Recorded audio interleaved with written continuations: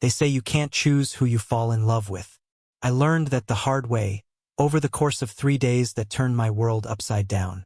My mother has always loved chocolate, but it wasn't until she retired that she found the courage to start her own chocolate brand. She knew everything about cacao, nothing about running a business. She met Nicole on a Caribbean cruise. 2 women escaping the quiet boredom of retirement. The moment I saw Nicole, I knew I was in trouble. "Laura, this is Nicole, my business partner," my mom said casually, like she was introducing just another person, not the woman who would make every nerve in my body light up like a storm. Nicole smiled, and I was pulled into her orbit, helpless, like a planet drawn to a star. Maybe I imagined it, or maybe the way she looked at me held something deeper.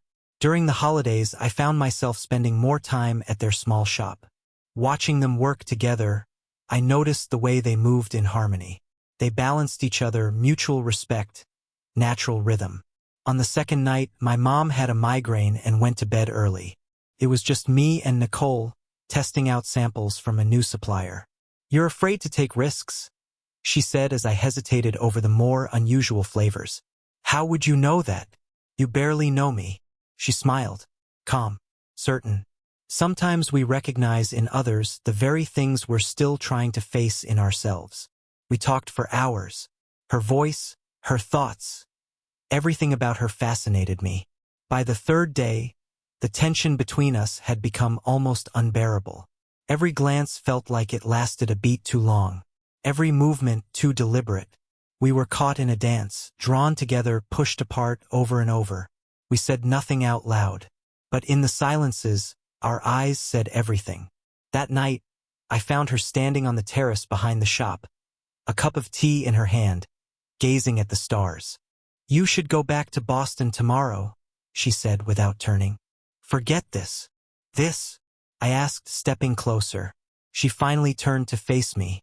"Whatever is happening, it isn't real. It's just the thrill, the forbidden. Don't tell me what's real for me." I took another step, my heart pounding so loud it nearly drowned everything else. "I'm old enough to be your mother, and I'm her business partner. This would be a disaster for so many reasons." "Then why can't you stop looking at me?" She froze, breathless. For a moment, I thought she'd walk away, but instead, she stepped toward me.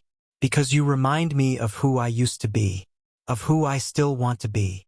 Then she kissed me, and the world fell away.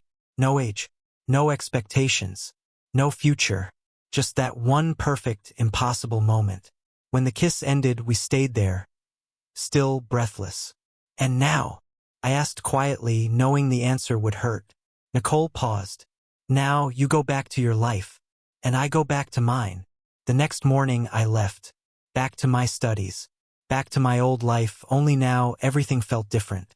It was the briefest, most unlikely connection, but it lit a fire in me I hadn't known was there.